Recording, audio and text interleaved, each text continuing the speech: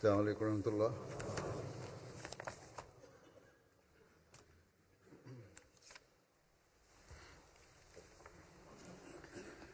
أشهد أن لا إله إلا الله وحده لا شريك له وأشهد أن محمدا عبده ورسوله أما بعد فأعوذ بالله من الشيطان الرجيم بسم الله الرحمن الرحيم الحمد لله رب العالمين الرحمن الرحيم مالك يوم الدين إياك نعبد وإياك نستعين اهدنا الصراط المستقيم صراط الذين أنعمت عليهم غير المغضوب عليهم ولا الضالين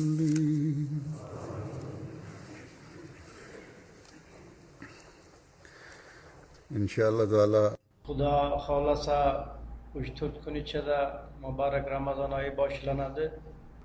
Shu kunlarda ro'zaning uzun bo'lishi sababli issiq mamlakatlarda ro'zalar biroz qiyin bo'ladi. Biroq shunga qaramay har bir sog'lom va balog'at yoshiga yetgan kishiga ro'zalar farzdir. Va ba'zi sharoitlarga ko'ra ro'za tutishda yengillik ham berilgan. Ba'zi issiq mamlakatlarda ishlaydigan mardikorlar shunday ahvolda ro'za tuta olmasa, ularga yengillik ham berilgan. Shuningdek, ba'zi shunday mamlakatlar borki, shu kunlarda u yerdagi kun uzunligi 22-23 soatlik bo'lib, tun faqat 1,5 yoki 2 soatlik bo'ladi. U ham bo'lsa tamomila tun bo'lmay ozgina g'ira-shira bo'ladi. Shuning uchun u yerdagi jamoatlarga sizlar vaqtni taxminlab yoki qo'shni mamlakatlardagi vaqtga solishtirib saharlik va iftorlik vaqtini tayinlab olinglar. Shunda bu taxminan 18-19 soatlik ro'za bo'ladi deb aytilgan. Agar shunday qilinmasa, unda bu mamlakatlarda saharlik va iftorlik vaqti umuman bo'lmay qoladi. Tahajjud ham o'qila olmaydi. Xuftan va bomdod namozlarining vaqtini belgilash qiyin bo'lib qoladi. Demak, u yerdagi jamoatlar bu ko'rsatmaga amal qilib moslashtirib olsinlar. Ro'zalar islomning asosiy ustunlaridan bo'lib, ularni tutish shart. Ro'zalar to'g'risida ayrim mayda-chuyda savollar ham tug'iladi. Masalan, saharlik va iftorlik vaqti to'g'risida, kasal va musofir to'g'risida va hokazolar. Alloh taolaning fazl-u marhamati bilan turli xil musulmon oqimlardan hamda boshqa dinlardan har yili 100 minglab odamlar jamoatga qo'shiladilar. Musulmon firqalarda ham ayrim ahkomlar to'g'risida har qanday fiqhiy tushunchalar bor. Bu tushunchalar bilan ular jamoatga qo'shilganda ayrim narsalar ularda tashvish tug'diradi. Ular ayrim savollarni berib, izoh va tafsilotlarini so'raydilar. Shuningdek, boshqa dinlardan kelganlar bu narsalarni umuman bilmaydilar. Ular yangidan bu narsalarni o'rganishadi. Shu sababli ular islomning asosiy ustunlaridan xabardor bo'lishlari shart. alloh taolo hazrat Masih Maud alayhissalomni hakam va adil sifatida jo'natgan. U zot alayhissalom har bir masalani islom ta'limoti asosida yechishi kerak edi va yechdi ham. Demak, shu sababdan bu davrda o'z masalalarimizning yechimi hamda bilimimizni oshirish uchun u zot alayhissalomga murojaat qilishimiz kerak. Men aytib o'tganimdek, ro'zalar to'g'risida savollar tug'iladi. Bu savollarga Hazrat Masih Maud alayhissalom qanday javob berganlar? U zot alayhissalomning nuqtai nazari nimadan iborat edi hamda qanday ko'rsatma berganlar? U zot alayhissalomning fatvolari qanday edi? Shularni aytib beraman. Bu narsani esda tutish kerakki, bu davrda shar'iy ahkomlar to'g'risidagi u zot alayhissalomning buyrug'i yoki nuqtai nazari biz uchun u masalaning fiqhiy yechimi va qaroridir. Eng birinchi esda tutadigan narsa shuki, islomga amal qilish taqvoga asoslanadi. Shuning uchun taqvoni nazarda tutib turib, ro'za to'g'risida Hazrat Masih Maud alayhissalom o'z ro'zalaringizni Alloh taolo uchun rostgo'ylik bilan amalga oshiringlar deb aytganlarini ko'z oldingizga keltiringlar. Ba'zi kishilar hamda ayrim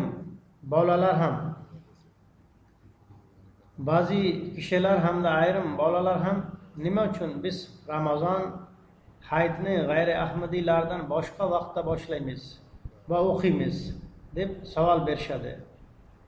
Birinchidan, ulardan albatta farqli bo'lish bu qoida qonun emas.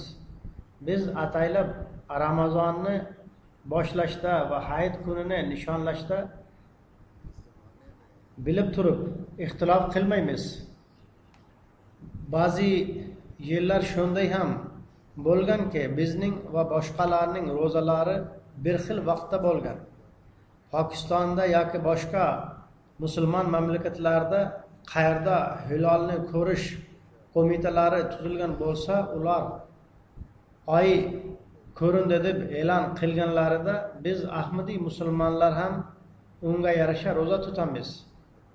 Va bizning ro'zalarimiz ham ularning e'loni bo'yicha yakunlanadi.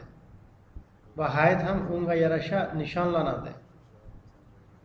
G'arb mamlakatlarida hukumat tomonidan hilolni ko'rishning hech qanday qo'mitasi yo'q va bunga e'lon ham qilinmaydi. Shu sababdan biz oyning ochiqdan ochiq ko'rinish ehtimolini e'tiborga olib ro'zalarni boshlaymiz va hayitni nishonlaymiz. Agar bizning taxminimiz noto'g'ri chiqib, oy oldinroq ko'rinib qolsa, unda aqlli va balog'atga yetgan mo'minlarning biz oyni ko'rdik degan guvohligi bilan Ramazonni oldinroq ham boshlasak bo'ladi. Ramazon taqvimi tuzilgandan keyin albatta unga muvofiq Ramazonni boshlash kerak. Bu shart emas. Biroq oyni aniq ko'rish lozim. Biz g'ayri ahmadiy musulmonlarning e'loniga ko'ra oyni ko'rmay turib ro'zalarni tutsak, hayitni nishonlasak, bu noto'g'ridir. Hazrat Masih Maud alayhissalom buni Surma Chashma Oriya degan kitobida ham bayon etganlar. U zot alayhissalom hisob kitob yoki taxminlashni rad etmaganlar. Sababi bu ham ilmiy bilimdir. Biroq ko'z bilan ko'rishning afzalligini bayon etganlar. Hazrat Masih Maud alayhissalom deydilar, Alloh taolo din ahkomlarini oson va yengillashtirish uchun xalqqa to'g'ri va oydin yo'llarni aytib bergan. Keraksiz, qiyin va murakkab gaplarga solmadi. Masalan, ro'za tutish uchun sizlar yulduzlarning qonun qoidasi bo'yicha oy 29 yoki 30 kunlik bo'lishini bilmaguningizcha hilolni ko'rishga hech ishonmanglar deb buyurgan emas. Ya'ni fan olimlari yoki astronomlar tomonidan tuzilgan qonun qoidalariga har holda bo'ysunish shart emas. Ular taxminlari bo'yicha oy 29 yoki 30 kunlik bo'ladi. Bunga yarasha amal qilib, oyni ko'rishga harakat qilmanglar deb aytsalar, bu noto'g'ridir. U zot alayhissalom dedilar, oyni ko'rishga hech ishonmaslik va ko'zlarni yumib olish kerak emas. Chunki xolar xolamas yulduzlar to'g'risidagi nozik masalalarni xalqqa yuklab qo'yish noto'g'ri hamda ular ko'tara olmaydigan yukdir. Ya'ni bizga taxminlar shunday bilim bermoqda va bundan tashqari hech narsani qilmaymiz deb bunga sababsiz amal qilish bu bir ortiqcha ovoragarchilikdir. U zot alayhissalom deydilar, shu narsa ham aniqki, bunday hisob kitobda ba'zan ko'p xatolar ham yuz beradi. Demak, eng sodda va to'g'risi hamda xalqqa munosibi shuki, ular astronomlar va munajjimlarga tayanmasin. Ya'ni astronomik bilimga ega bo'lgan kishilarga oy qaysi kuni chiqishi kerak deb qarim bo'lib turmasin. Aksincha o'zining oyni ko'rish qobiliyatiga ham ishonsin. Faqat ilmiy tarzda 30 kundan oshmasligi kerak deb o'tiravermaslik kerak. Oyni ko'rish shart. Oyni ko'rishga harakat qilganda u ko'rinmasa, u holda mavjud hisob kitobdan foydalanish va 30 kundan oshmasligini ham e'tiborga olish kerak. Yana deydilar, buni ham esda tutish kerakki, haqiqatan aql nazdida ko'z bilan ko'rish matematik taxminlardan ustun turadi. Ya'ni aql oyni ko'rishni taqozo etadi va u baribir hisob kitob taxminlaridan ustunroqdir. U zot alayhissalom dedilar, nihoyat Yevropa olimlari ham ko'z bilan ko'rishni ishonchli deb tushunib, bu o'y natijasida ko'zning ko'rish kuchi yordamida har qanday mikroskop va teleskop kabi uskunalarni kashf etdilar. Ya'ni Yevropadagi ziyolilar ko'zning ko'rish qobiliyatini afzalroq deb o'ylab, har qanday asbob uskunalar, masalan teleskop, mikroskoplarni kashf etdilar. Men zikr qilib o'tganimdek, hisob kitobda ham xatolikka yo'l qo'yilishi mumkin va Hazrat Masih Maud alayhissalom ham buni bayon etganlar. Agar xatolikka yo'l qo'yilsa, masalan, agar oy bir kun oldin ko'ringani isbotlansa, unda nima qilish kerak? Sababi bitta ro'za qolib ketdi. Ya'ni Ramazon boshlanishidan bir kun keyin biz ro'za tuta boshladik va oy undan oldin ko'ringani ham isbotlandi. Bu haqda Hazrat Masih Maud alayhissalom xizmatiga savol taqdim etildi. Siyalkotdan bir kishi shunday deb savol so'ragan, bu yerda oy seshanba kunning oqshomida ko'ringan emas, aksincha chorshanba kuni ko'ringan. Vaholanki Ramazon oyi chorshanbadan boshlangan edi. Umuman bu hududda shu sababdan birinchi ro'za payshanba kuni tutilgan. Ya'ni u kishi birinchi ro'za chorshanba kuni tutilishi kerak edi. Biroq bizda birinchi ro'za payshanba kuni tutilgan. Endi nima qilishimiz kerak deb savol bergan. Hazrat Masih Maud alayhissalom buning evaziga Ramazon oyidan keyin bir kun ro'za tutish kerak. Ya'ni qoldirgan ro'zani Ramazondan keyin tutinglar deb marhamat qildilar. Shuningdek, saharlik masalasidir.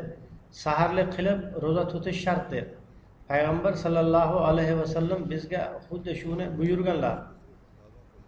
Bir hadisda rivoyat qilinishicha, Payg'ambar sallallohu alayhi vasallam ro'za kunlarida saharlik qilinglar, zero saharlik qilib ro'za tutishda baraka bordir deb marhamat qildilar.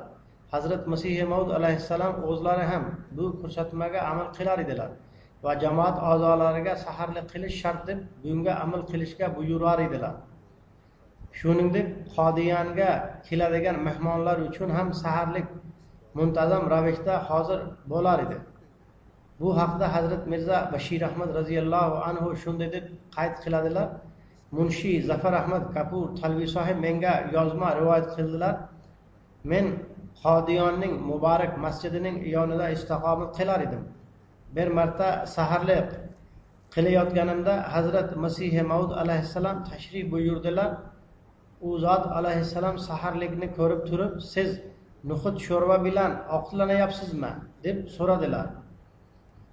U zot alayhissalom o'sha vaqtdayoq mas'ul kishini chaqirib, sizlar saharlik vaqtida do'stlarga shunaqa taom berasizlarmi deb aytdilar. U zot alayhissalom dedilar: bu yerdagi mavjud barcha do'stlarimiz musofir emaslar. Bu yerda istiqomat qilmoqdalar hamda ro'za tutmoqdalar.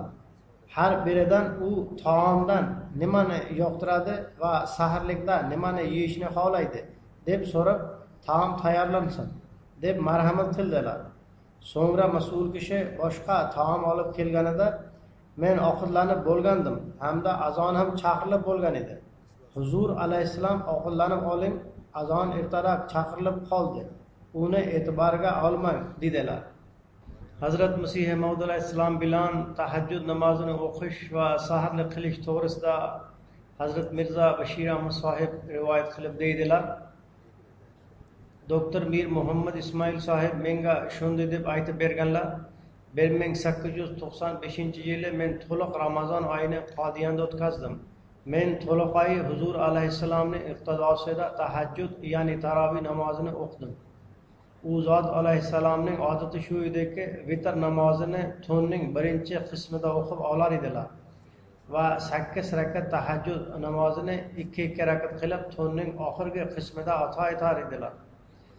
Birinchi rakatda u zot alayhissalom Ayatul Kursini tilovat qilar edilar, ya'ni la ilaha illa huvadan tortib va huval aliyyul azim gacha. Ikkinchi rakatda esa Ixlos surasini tilovat qilar edilar.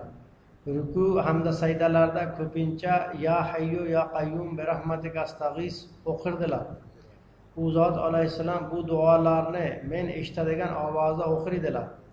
U zot alayhissalom doimo tahajjud namozidan keyin saharlik qilar edilar va buni shu darajada kechiktirar edilarki, ba'zida ovqatlanayotganlarida azon ham chaqirilib qolar edi. U zot alayhissalom ba'zida azonning yakunlanishiga qadar ovqatlanib turar edilar. Bu kamina, ya'ni Hazrat Mirza Bashir Ahmad sohib shunday deb aytadi: dar haqiqat masala shuki, mashriqdan subhi sodiq kirmaguncha saharlik qilish joizdir. Azon bilan uning hech qanday aloqasi yo'q. Sababi azon chaqirilish vaqti ham subhi sodiqning kirishi bilan tayinlanadi. Shuning uchun ayrim joylarda odamlar azonni umuman saharlikning chegarasi deb tushunishadi. Qodiyonda subhi sodiq kirishi bilanoq azon chaqiriladi va ba'zan xatolikka yo'l qo'yilib, undan ertaroq chaqirilishi ehtimoli ham bor. Shuning uchun bunday paytda Hazrat Masih Maud alayhissalom unchalik azonga e'tibor bermas edilar hamda subhi sodiqning aniq kirishigacha saharlik qilib turar edilar. Dar haqiqat bu masalada shariat ko'zlagan maqsad ilm va hisob kitob bo'yicha subhi sodiq kirishi bilanoq ovqatlanishni tark etish emas, balki shariat ko'zlagan maqsad shuki, oddiy odamlarning nazarida subhi sodiqning nuri ko'ringanda ovqatlanish tark etilsin. Chunonchi tabayyana degan so'z ana shundan dalolat beradi. Hadisda ham rivoyat qilinishicha, payg'ambar sallallohu alayhi vasallam Bilolning azoni bilan saharlikni tamomlamanglar, aksincha Ibn Maxdumning azonigacha bemalol yeb ichib turinglar deb marhamat qildilar. Sababi Ibn Maxdum ko'zi ojiz edi va odamlarda tong otdi deb shovqin-suron ko'tarilmaguncha azon chaqirmas edilar. O'tgan yili men bir do'stga siz saharlik kechiktiribroq qilib turasiz deb aytgan edim. Shunda u kishi shoyat mening so'zimni eshitib qaytadan ro'zalarni tutib chiqdi.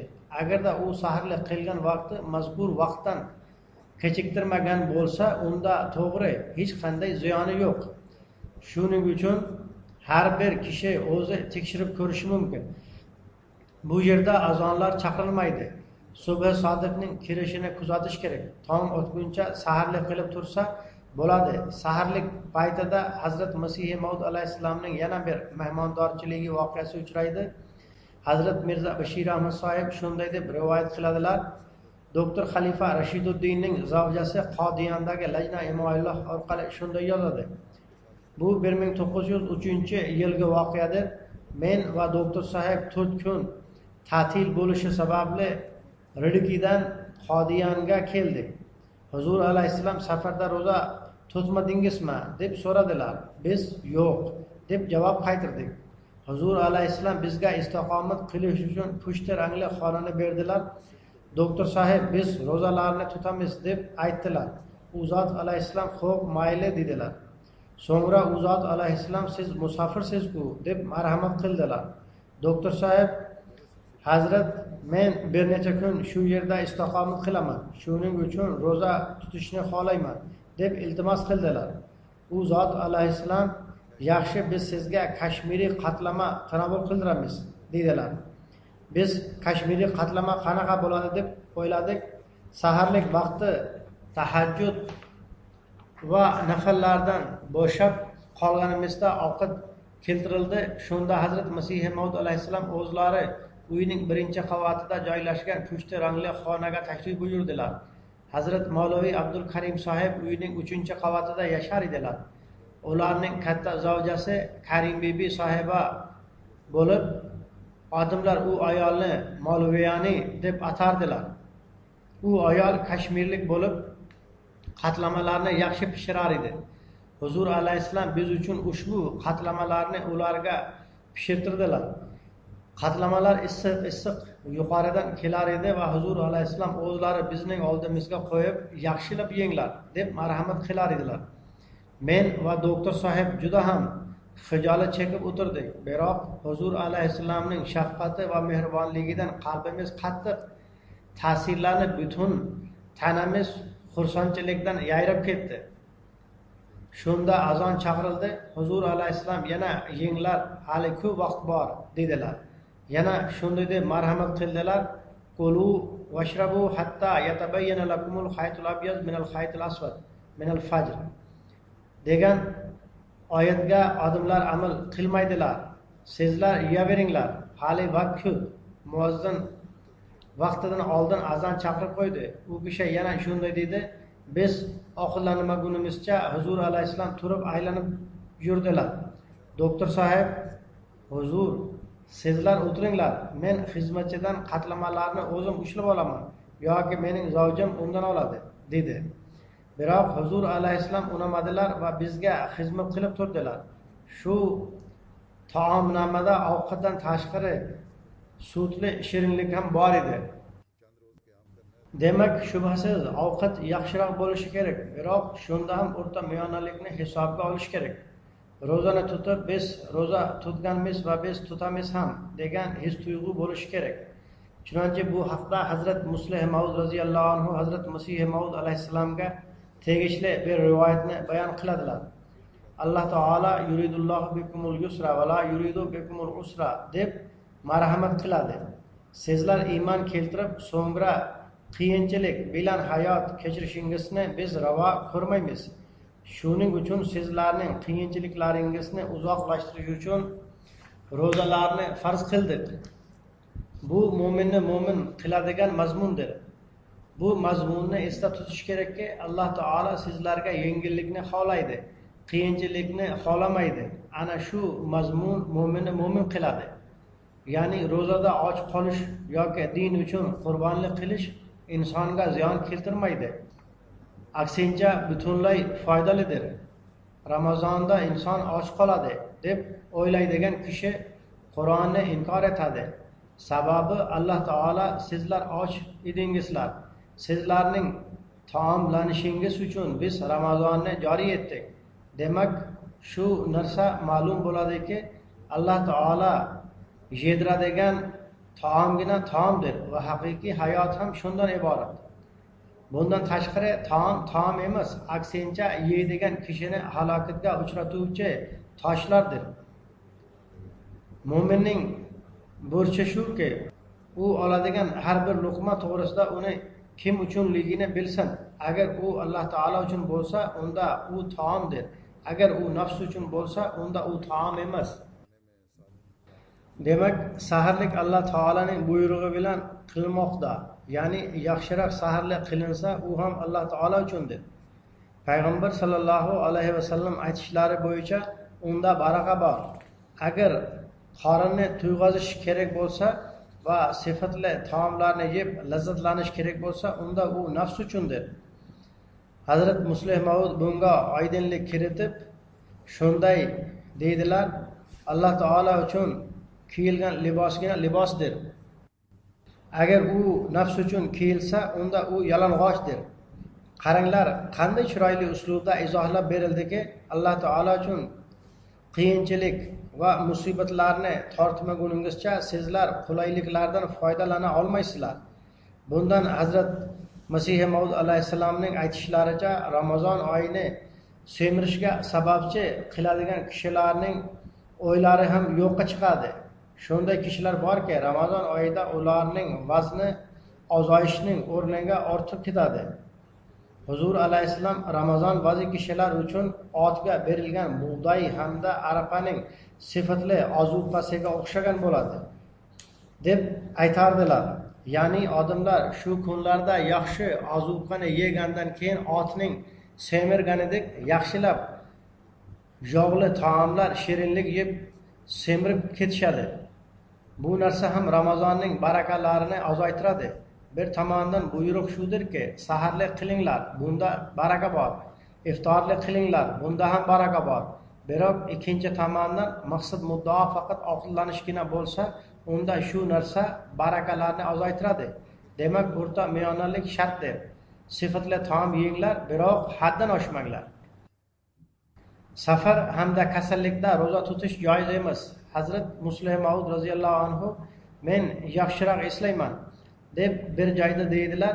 Shu kunlarda g'ayri mubayyin, ya'ni bayt qilmagan guruhining yetakchilaridan Mirza Yaqub bek sohib bir marta boshqa joydan asr vaqtiga keldilar. Hazrat Masih Maud alayhissalom ularga og'iz ochishni ta'kidlab, safarda ro'za joiz emas deb aytdilar. Shuningdek, bir marta gap kasalliklar to'g'risida ketganda u zot alayhissalom bizning dinimiz shuki, ruxsatdan foydalanish kerak. Din qiyinchilikni emas, aksincha yengillikni o'rgatadi. Kasal hamda musofir agar ro'za tutmoqchi bo'lsa, tutaversin deb aytadigan kishilar ham bor. Biroq biz buni to'g'ri deb bilmaymiz deya marhamat qildilar. Shu haqda birinchi xalifa Hazrat Mavlaviy Nuruddin roziyallohu anhu Muhyiddin ibn Arabiy safar hamda kasallikda ro'za tutishni joiz deb tushunmas edilar, hamda u kishining nazdida shunday ahvolda tutilgan ro'za qaytadan tutilishi kerak dedilar. Hazrat Masih Maud alayhissalom buni eshitib, ha, mening aqidam ham ana shu dedilar. Hazrat Muslih Maud roziyallohu anhu yana bir joyda deydilar: men nutq qilayotganimda menga shunday savol jo'natildi. Hazrat Masih Maud alayhissalom ro'za to'g'risida kasal va musofir ro'za tutsa, ularga buyruqqa bo'ysunmaslik fatvosi to'g'ri keladi deb fatvo berganlar. Biroq Al-Fazl gazetasida siz tomoningizdan jalsaga keladigan ahmadiylar bu yerga kelib ro'zalarni tuta oladilar deb e'lon chop etilgan. Ya'ni Ramazon oyi jalsa solona kunlariga to'g'ri kelgan edi va ro'za tutadiganlar ro'za ham tutdilar. Kimlar ro'za tutmasalar, ular keyinchalik ro'za tutib olsinlar, ularga hech qanday e'tiroz yo'q deb e'lon chop etilgan. Shu haqda Muslih Maud roziyallohu anhu deydilar: birinchidan shu narsani aytmoqchimanki, mening hech qanday fatvom Al-Fazl gazetasida chop etilgani yo'q. Ammo men orqali rivoyat qilingan Hazrat Masih Maud alayhissalomning bir fatvosi chop etilgan. Darhaqiqat xalifalik davrimning boshida safarda ro'za tutishdan man etardim. Sababi men Hazrat Masih Maud alayhissalomning musofirga ro'za tutish uchun ruxsat bermaganlarini ko'rgan edim. Bir marta men ko'rdimki, Mirza Ayyub bek sohib Ramazon oyida kelganda ular ro'za tutgan edilar. Asr vaqtida ular kelganda Hazrat Masih Maud alayhissalom safarda ro'za tutish joiz emas deb og'zini ochtirdilar. Oldin aytib o'tganimdek, juda uzun bahs munozaralar bo'ldi. Hazrat birinchi xalifa roziyallohu anhu biron bir kishi adashib ketmasin deb Ibn Arabiyning ham aqidasi shunday deb keltirgan edilar. Hazrat Muslih Maud roziyallohu anhu deydilar, men bu voqeadan ta'sirlanib safarda ro'za tutishdan man etar edim. Bir marta Ramazon oyida Mavlaviy Abdulla Sinori sahib Ramazonni o'tkazish uchun bu yerga keldilar. Ular menga siz tashqaridan keladiganlarni ro'za tutishdan man etasiz deb eshitganman. Biroq mening rivoyatim bo'yicha bu yerga bir kishi kelib Hazrat Masih Maud alayhissalomdan men shu yerda bo'lib turaman. Shu vaqt mobaynida ro'za tutaymi yoki yo'qmi deb so'radi. Oldin ham ikkita voqea bo'lib o'tgan. Musofir kishi Qodiyanga kelib ro'za tutar edi. Shunda Hazrat Masih Maud alayhissalom dedilar, "Xo'p, siz ro'za tuta olasiz, zero Qodiyon ahmdiylar uchun ikkinchi vatandir." Hazrat Mavlaviy Abdulla sahib Hazrat Masih Maud alayhissalomga juda ham yaqin edilar.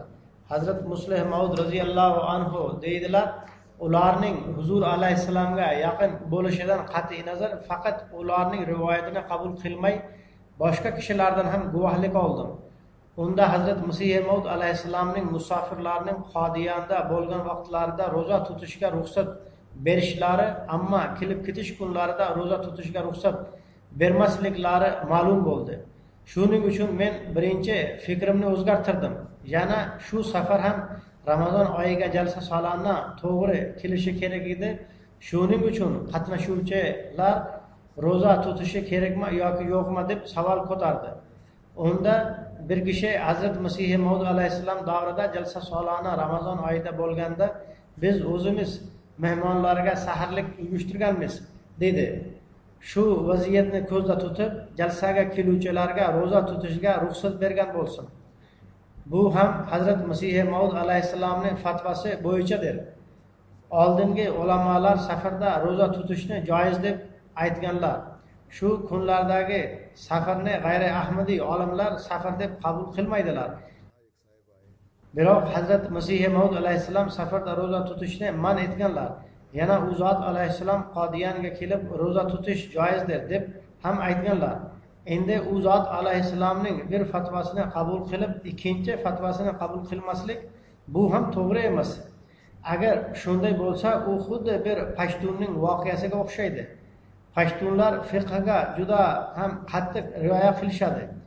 Bir Pashtun talaba fiqhda o'qidiki, namozda ko'proq qimirlash natijasida namoz buzilib qoladi.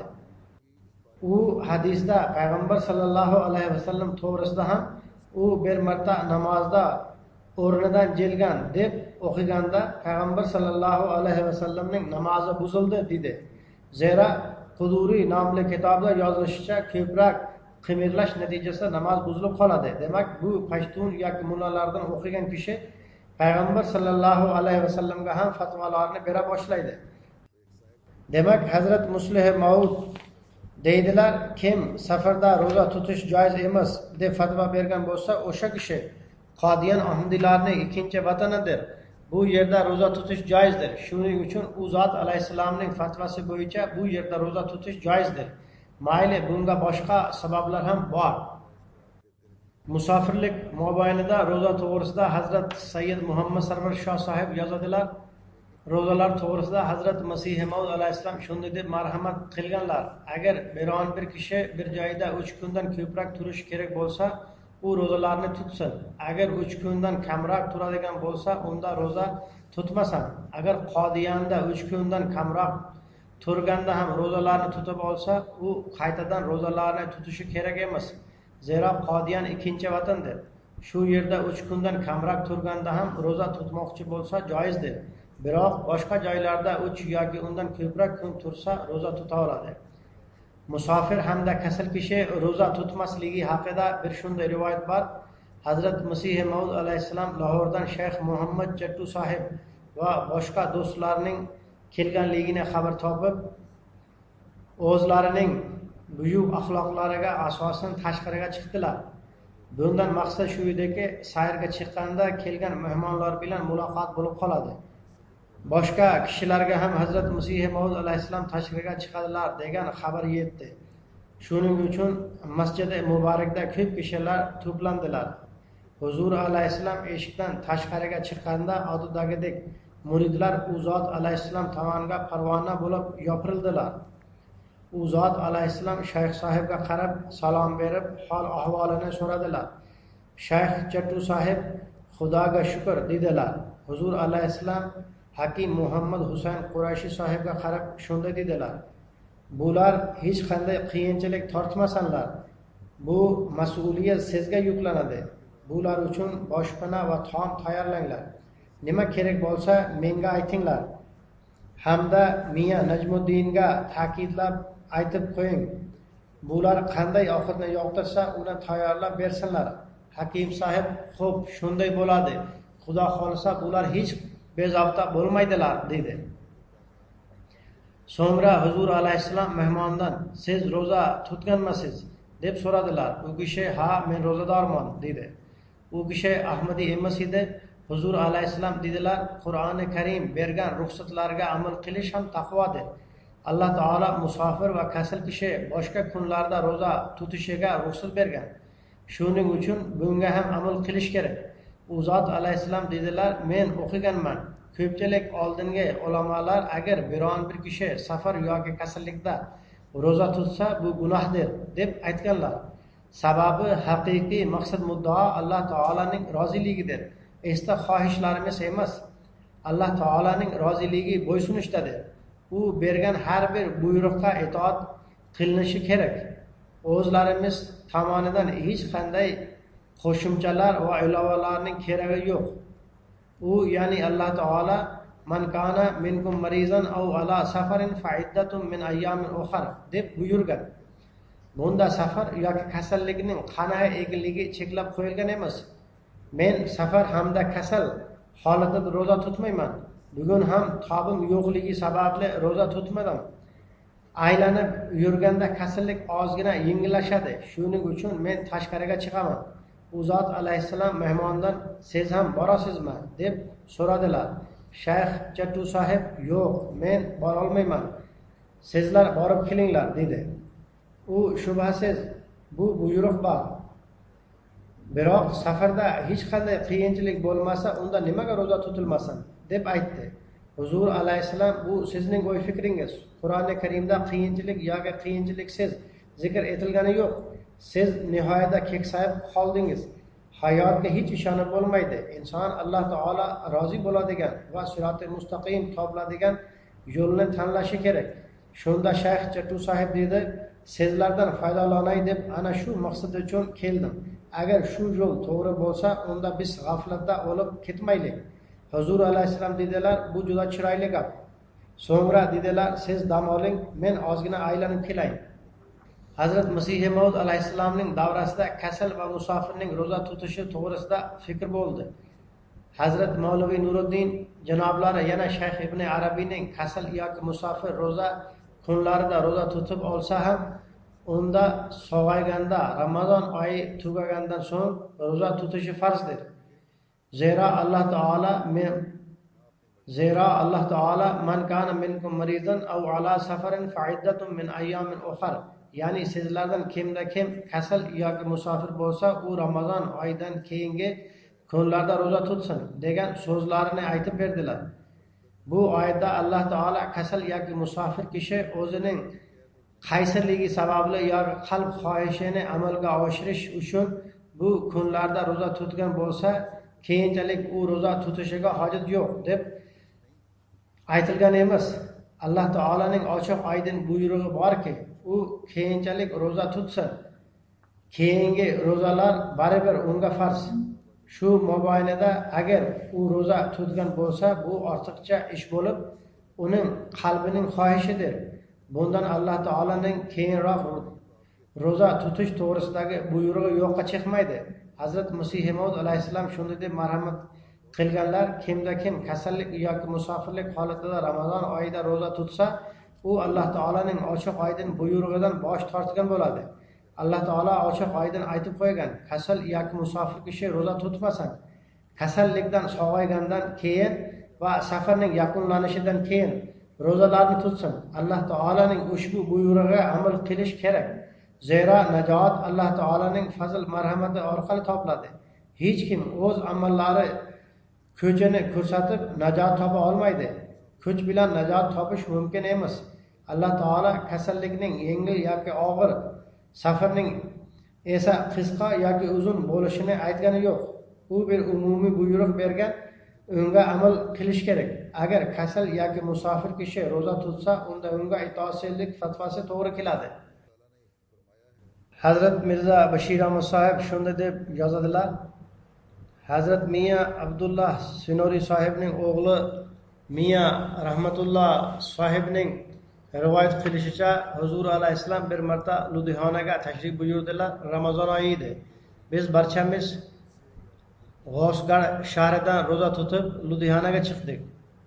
Huzur alayhissalom otimdan yoki boshqa birovdan G'osgardan kelganlarning barchasi ro'zador ekanligini bilib olib dedilar: Miya Abdullah Alloh taolaning ro'za tutish to'g'risidagi buyrug'i bo'lganidek, safarda tutmaslik to'g'risida ham buyruq bor.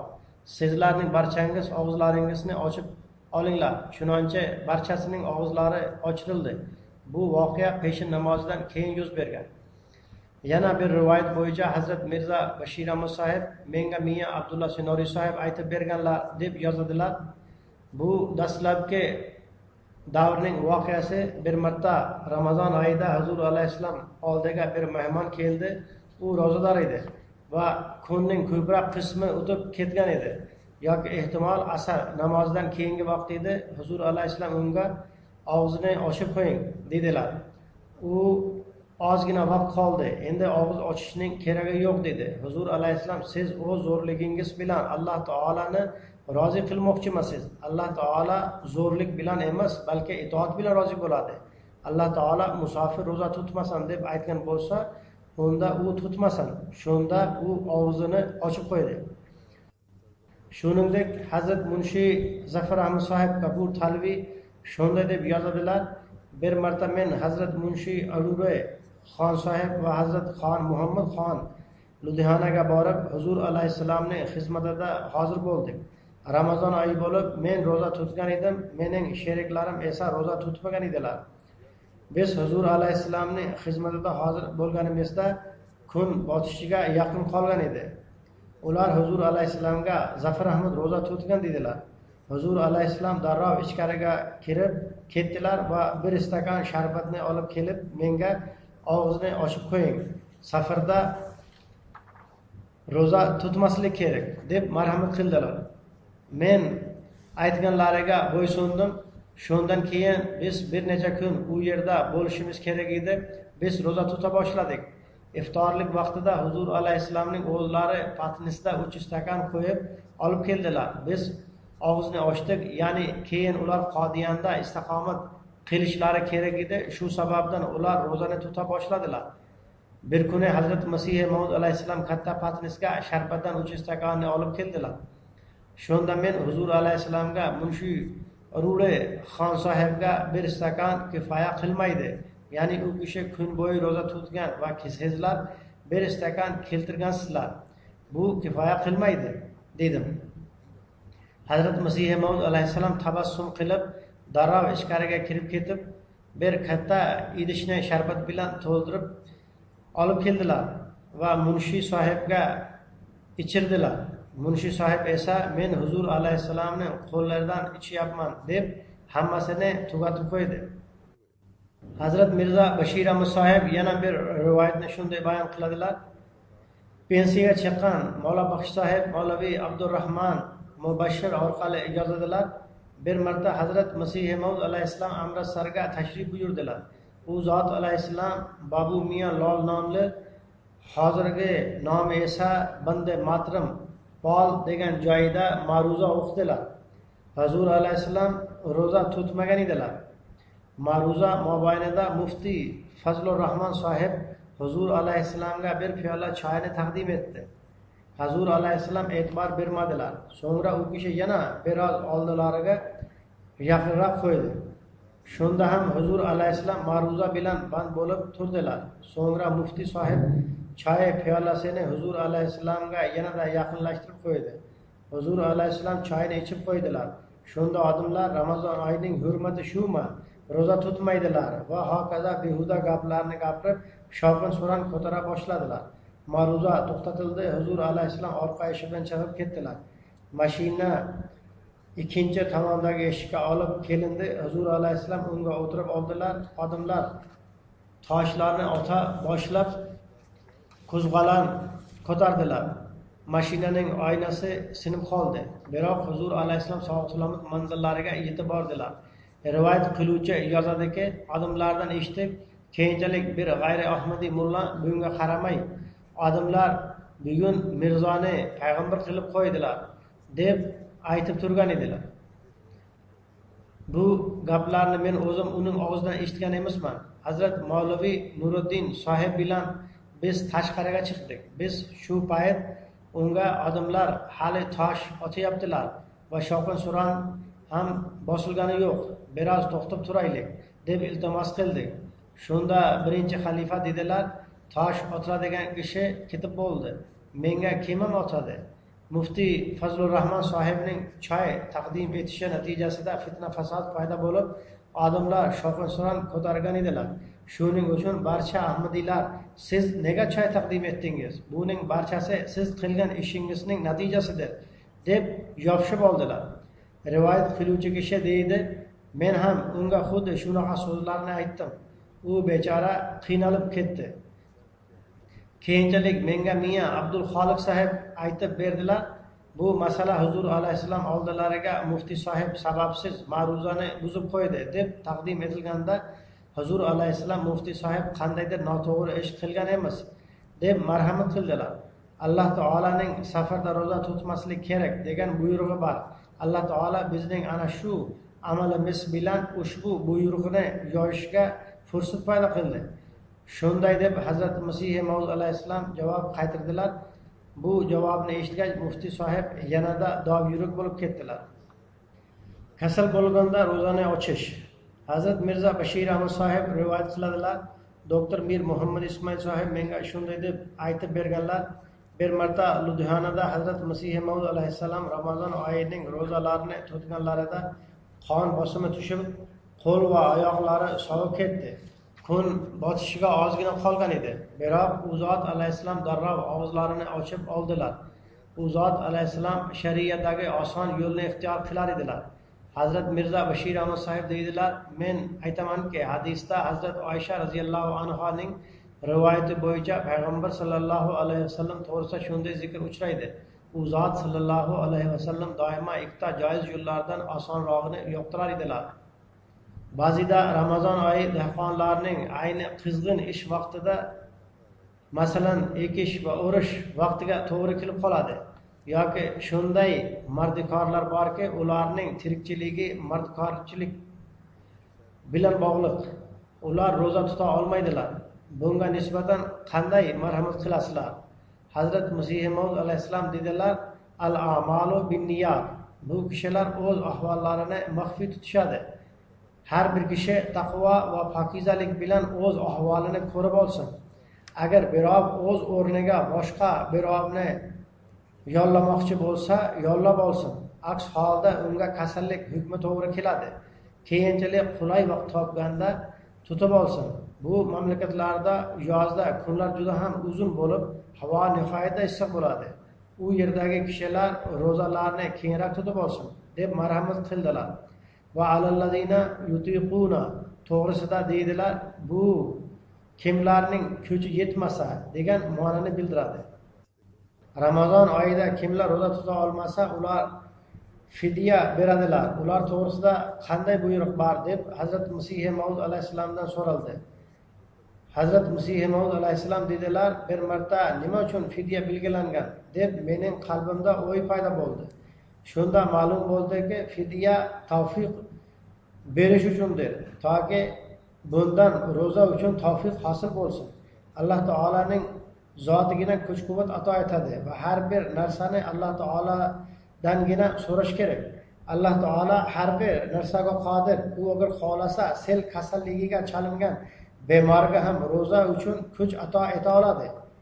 Fidyadan ko'zlangan maqsad ham shuki, u kuch-quvvat ato etsin. va bu esa Alloh taolaning fazli bilan yuz beradi. Demak, mening nazdimda eng yaxshisi shuki, u duo qilsin: ey ilohim, bu sening muborak oyingdir va men bo'lsam bundan mahrum qolmoqdaman. Kim biladi, keyingi yil men hayot bo'lamanmi yoki yo'qmi, yoki qazo bo'lgan ro'zalarni qayta tuta olamanmi yoki yo'qmi. Undan kuch-quvvat talab qilsin. Men shunday qalbga Alloh taolo tomonidan kuch-quvvat ato etilishiga ishonaman. Hazrat Muslim Maud roziyallohu anhu yozadilar, fidya berganda ro'zaning o'zi soqit bo'lmaydi. Aksincha, fidya bu muborak kunlarda qandaydir joiz shar'iy uzr sababli boshqa musulmonlar bilan qo'shilib bu ibodatni ado qilmaganligi uchun to'lanadi.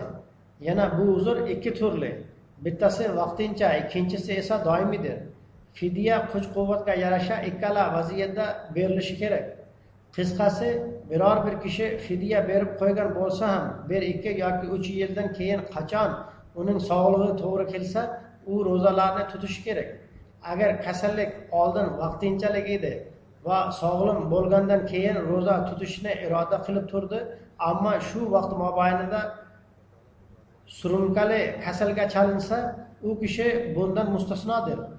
Ovqatlantirishga kuchi yetgan kishi agar u kasal yoki musofir bo'lsa, unda u uchun Ramazon oyida bir maskinga ovqatni hadya qilib berishi hamda boshqa kunlarda ro'za tutishi shart. Hazrat Masih Maud alayhissalomning tutgan yo'li ana shu edi. U zot alayhissalom doimo fidya berib, keyinchalik ro'zalarni ham tutar edilar va boshqalarga ham ta'kidan shunday qilishni tavsiya qilar edilar. Hazrat Masih Maud alayhissalomga quyidagicha savol taqdim etildi: kimda kim ro'za tuta olmasa, uning evaziga miskinni ovqatlantirishi kerak bo'ladi. Bu taomning pulini Qodiyandagi yetimlar jamg'armasiga yoki jamoatning qanaqa tizimi bo'lsa unga yuborish joizmi yoki yo'qmi? Hazrat Masih Maud alayhissalom dedilar: xohlasa o'z shahrida miskinlarni ovqatlantirsin yoki yetim va miskinlar jamg'armasiga yuborib qo'ysin yoki o'ziga tanish kishining og'zini ochirsin. Bilmay yeb ichishdan ro'za buzilmaydi. Huzur alayhissalomga xat orqali shunday bir savol taqdim etildi: men Ramazon oyida saharlik paytida ichkarida o'tirib bilmay yeb ichib turdim. Tashqariga chiqib qarasam tong otgan. Men yana ro'za tutishim kerakmi yoki yo'qmi? Ya'ni u kishi saharlikni kechiktirgan, hattoki tong otgan. U zot alayhissalom deydilar: bilmay turib yeb ichgan bo'lsa, u ro'zaning evaziga ikkinchi ro'zani tutishi shart emas. Agar bilmasdan yeb ichgan bo'lsa, unda hech qanday ziyon yo'q. Qancha yoshga yetganda ro'za tutish to'g'risida ko'p kishilar savol berishadi. Bu haqda Hazrat Muslim Maud roziyallohu anhu deydilar: shu narsani esda tutish kerakki, shariat yosh bolalarni ro'za tutishdan man etadi. Biroq balog'at yoshiga yaqinlashganda biroz ro'zalarga mashq ham qildirish kerak.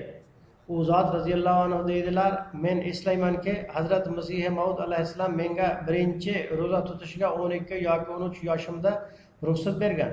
Biroq shunday aqlsiz ota-onalar borki, ular 6-7 yoshlik bolalariga ro'za tutirib, bundan bizga savob bo'ladi deb o'ylaydilar.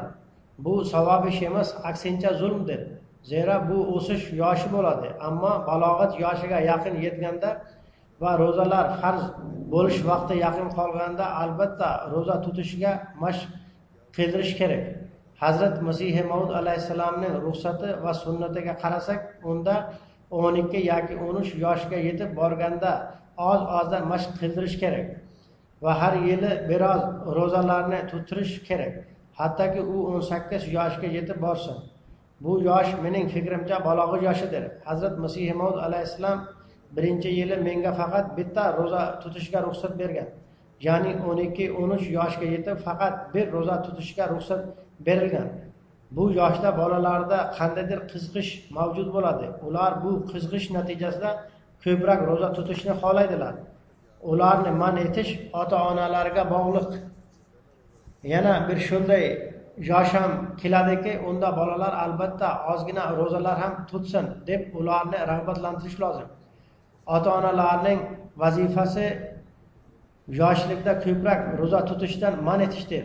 So'ngra o'smir yoshi kelganda ularni rag'batlantirib, ularga ro'za tutirsinlar. Bu bilan birgalikda ular ko'proq tutmasinlar, ularni nazorat qilib turish kerak va kuzatadigan kishilar ham unga nima uchun to'liq ro'za tutmaydi deb e'tiroz qilmasinlar. Zero agar bu yoshda bola to'liq ro'zalarni tutsa, unda kelajakda tuta olmaydi. Shuningdek, ba'zi bolalar tug'ma nozik bo'ladilar. Men kuzatganmanki, ba'zi ota-onalar bolalarini muloqot uchun menga olib kelishadi. Bu bola 15 yashar deb aytishadi. Vaholanki ko'rinishidan u bola 7-8 yashar bolaga o'xshaydi. Ko'pincha mening yonimga ham shunday bolalar kelishadi. U zot roziyallohu anhu deydilar, men o'ylaymanki, shunday bolalar ro'za uchun ehtimol 21 yoshda balog'atga yetishadi. Ikkinchi tomondan sog'lig'i yaxshi bir bola 15 yoshda 18 yashar bola bilan teng bo'lishi mumkin. Agar u ro'za uchun balog'at yoshi 18 yashardir deb so'zlarimga yopishib qolsa, unda u na menga zulm qiladi, na Alloh taolaga zulm qiladi. Aksincha o'z joniga o'zi zulm qiladi.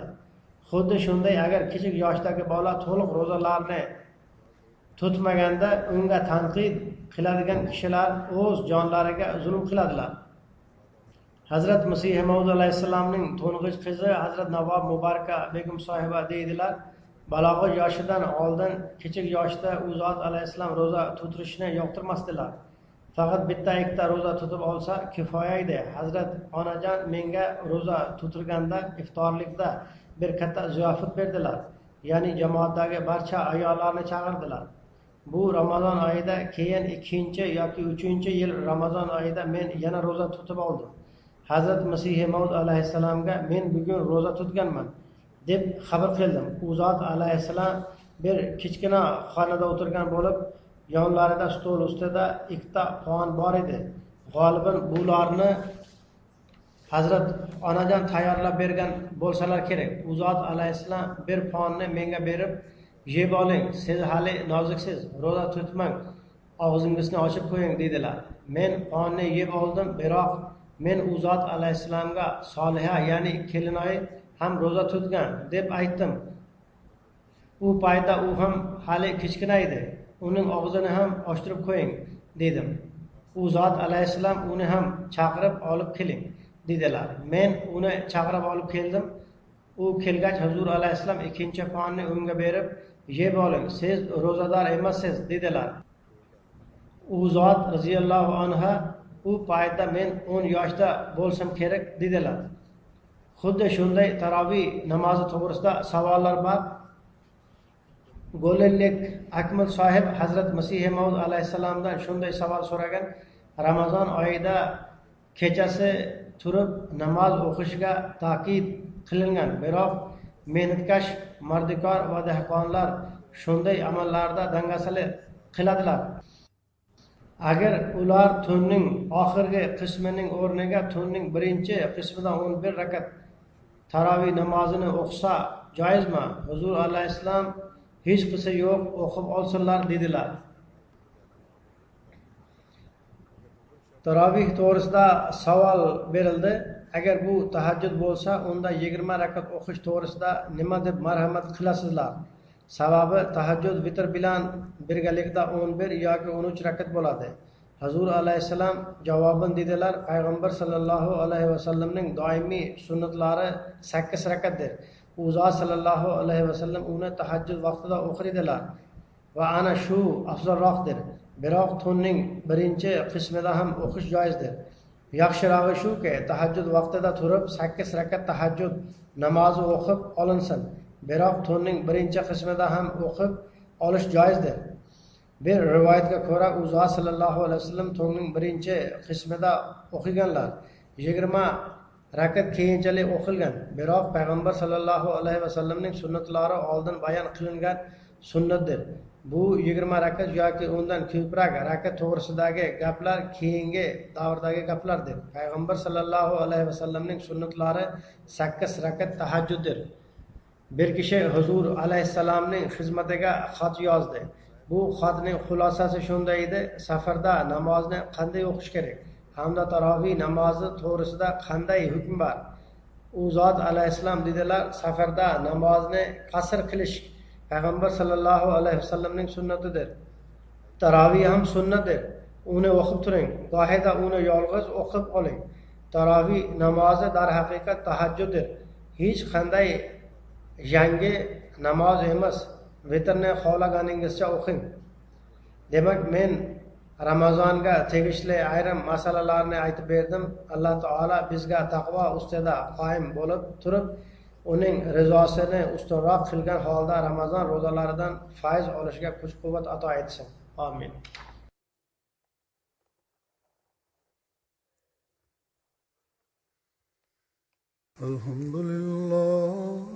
Alhamdulillah, nahmaduhu wa nasta'inuhu wa nastaghfiruh.